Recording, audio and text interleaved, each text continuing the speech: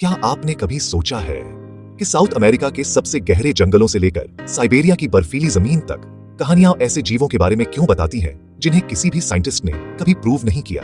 ये सिर्फ camp fire के आसपास सुनाई जाने वाली कहानियां नहीं है, ये डरावनी हद तक एक जैसी है जो एक दूसरे से कोई कनेक्शन न रखने वाले कल्चर में भी मिलती है। जरा सोचिए, जंगलों में छिपे हुए शैडोवी क्रिएचर्स, हमारी नावों के नीचे समुद्री मॉन्स्टर्स, बर्फ में छूटे रहस्यमयी पैरों के निशान। समुद्रों से अलग हुई सभ्यताओं ने भी ऐसी ही चीजें बताई हैं।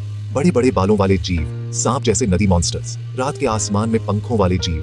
क्या ये सिर्फ कल्पना है या हमारे पूर्वजों ने कुछ असली देखा था?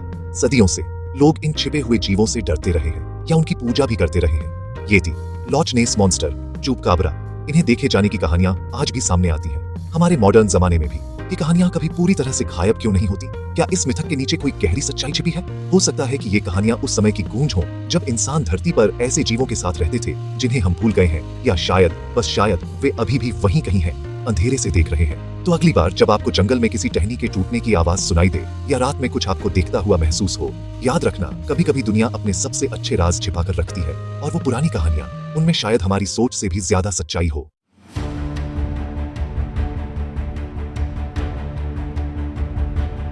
वेलकम टू एक और एपिसोड जहां हम सच और कहानियों के बीच की दीवार को तोड़ने की कोशिश करेंगे। बचपन से हमने कई कहानियां सुनी हैं, परियों की, देवताओं की और कुछ अजीब, कुछ डरावने जीवों की। ड्रैगन्स, यूनिकॉर्न्स, समुद्री राक्षस, ये सब हमारी इमेजिनेशन का हिस्सा बन चुके हैं। लेकिन क्या आपने कभी सोचा है कि इन कहानियों के पीछे, इन मिथ्स के पीछे कहीं कोई सच्चाई तो नहीं छिपी? क्या हमारे पूर्वजों ने जो देखा, यूं ही कहानियों का रूप दे दिया? क्या हो अगर मैं आपसे कहूं कि जिन जीवों को हम सिर्फ फैंटेसी मानते आए हैं, उनके अस्तित्व के सबूत हमारे इतिहास और साइंस में मौजूद हैं?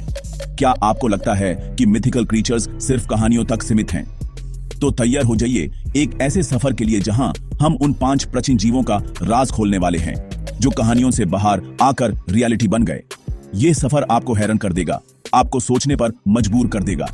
हम एंशिएंट रूइन से लेकर डीप ओशन तक जाएंगे, ओल्ड मैन्यूस्क्रिप्ट से लेकर फॉसिल रिकॉर्ड्स तक खंगालेंगे। हर कदम पर मिथ और रियलिटी के बीच की लकीर धुंधली होती जाएगी।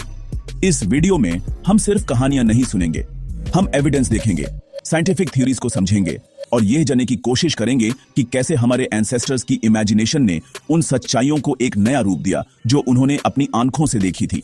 तो कुर्सी की पेटी बांध लीजिए, क्योंकि हम टाइम ट्रैवल करने वाले हैं एक ऐसी दुनिया में जहां मिथ्स जिंदा थे।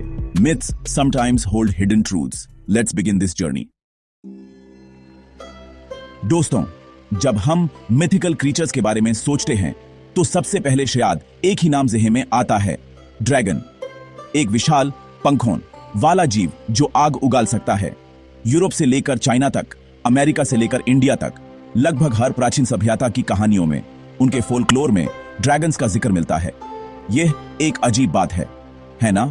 ऐसे अलग अलग कल्चर्स जिनके बीच हजारों साल तक कोई कांटेक्ट नहीं था, वो सब एक जैसे ही जीव की कल्पना कैसे कर सकते हैं? ये कोइंसिडेंस बहुत बड़ा है, इतना बड़ा कि इसे इग्नोर नहीं किया जा सकता। चाइनीज टेम्पल्स में आपको ड्रैगन्स की मूर्तियां मिलेंगी, उनकी पेंटिंग्स मिलेंगी जहां उन्हें शक्ति और सौभाग्य का प्रतीक माना जाता है। वहीं यूरोप की कहानियों में ड्रैगन्स को खजाने की रक्षा करने वाले डरावने राक्षस के रूप में दिखाया गया है। लेकिन सवाल यह है कि यह आइडिया आया कहां से? क्या यह सिर्फ इंसानी दार और कल्पना की उपज थी, या इसके पीछे कोई ठोस वजह थी? साइंस शायद इसका जवाब दे सकता है। सोच के देखिए, हमारे पूर्वज जो जमीन खोदते थे खेती के लिए या गुफाओं में रहते थे, उन्हें अक्सर अजीब हड्डियां मिलती होंगी, विशाल, बहुत विशाल हड्डियां। आज हम जानते हैं कि वो डायनासोर्स के फॉसिल्स थे, लेकिन उस वक्त बिना साइंटिफिक नॉलेज के उन्होंने क्या सोचा होगा? उन्होंने एक विशाल जीव की कल्पना की होगी, एक ऐसा जीव जो उनके देखे हुए किसी भी जानवर से बड़ा और शक्तिशाली था। इमेजिन कीजिए, उन्हें एक पिटेरोसॉर का फॉसिल मिलता है, एक जायंट विंग्ड रेप्टाइल, एक विशाल खोपड़ी, लंबी पूंछ और पंखों जैसी संरचना। क्या यह ड्रैगन्स की कल्पना का आधार नहीं हो सकता? कई पेलियोंटोलॉजिस्ट्स का मानना है कि अलग अलग जगहों पर मिले डायनासोर फॉसिल्स ने ही अलग अलग कल्चर्स में ड्रैगन मिथ्स को जन्म दिया। ये एक लॉजिकल एक्सप्लेनेशन लगता है जो दुनिया भर में ड्रैगन्स की यूनिवर्सैलिटी को समझाता है।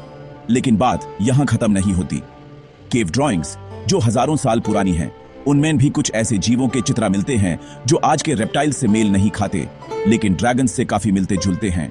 ये चित्र उन लोगों ने बनाए थे जिन्होंने शायद इन जीवों को या उनके अवशेषों को देखा था। उनके लिए ये कोई मिथ नहीं था, बल्कि एक रियलिटी थी जिसे वो अपनी आने वाली पीढ़ियों के लिए रिकॉर्ड कर रहे थे। और सबसे बड़ा सवाल, फायर ब्रीथिंग, आग उगलने वाली बात। यह थोड़ा फार फेचड लगता है ना? लेकिन नेचर में कुछ अजीब चीजें होती हैं, जैसे कि बॉम्बार्डियर बीटल, एक छोटा सा कीड़ा जो अपने दुश्मनों पर गर्म केमिकल लिक्विड फेंकता है। क्या यह अजीब नहीं होगा कि प्राचीन काल में कोई ऐसा बड़ा रेप्टाइल रहा हो जिसके पास ऐसी ही कोई डिफेंस मैकेनिज्म हो? कुछ थ्योरीज कहती हैं कि कुछ प्राचीन रेप्टाइल्स शायद अपने पेट में ऐसी गैसेस प्रोड्यूस करते थे जो हवा के कांटेक्ट में आने पर जल उठती थी, या शायद उनके दांतों में फास्फोरस जैसा कोई एलिमेंट था जो रगड़ से चिंगरी पैदा करता था। ये सब अभी थ्योरीज हैं, लेकिन ये इस बात की तरफ इशारा करती हैं कि फायर ब्रीथिंग का कॉन्सेप्ट भी शायद पूरी तरह से काल्पनिक ना हो।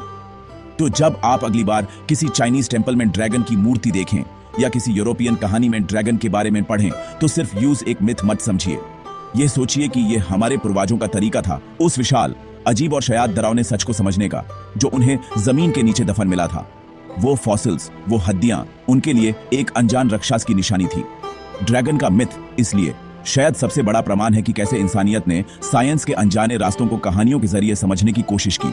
ये मिथ इस बात का सबूत है कि हमारे पूर्वजों ने कुछ ऐसा देखा था जो उनकी समझ से परे था, और उन्होंने उसे एक नाम दिया, ड्रैगन। एक नाम जो आज भी हमारी इमेजिनेशन को जिंदा रखता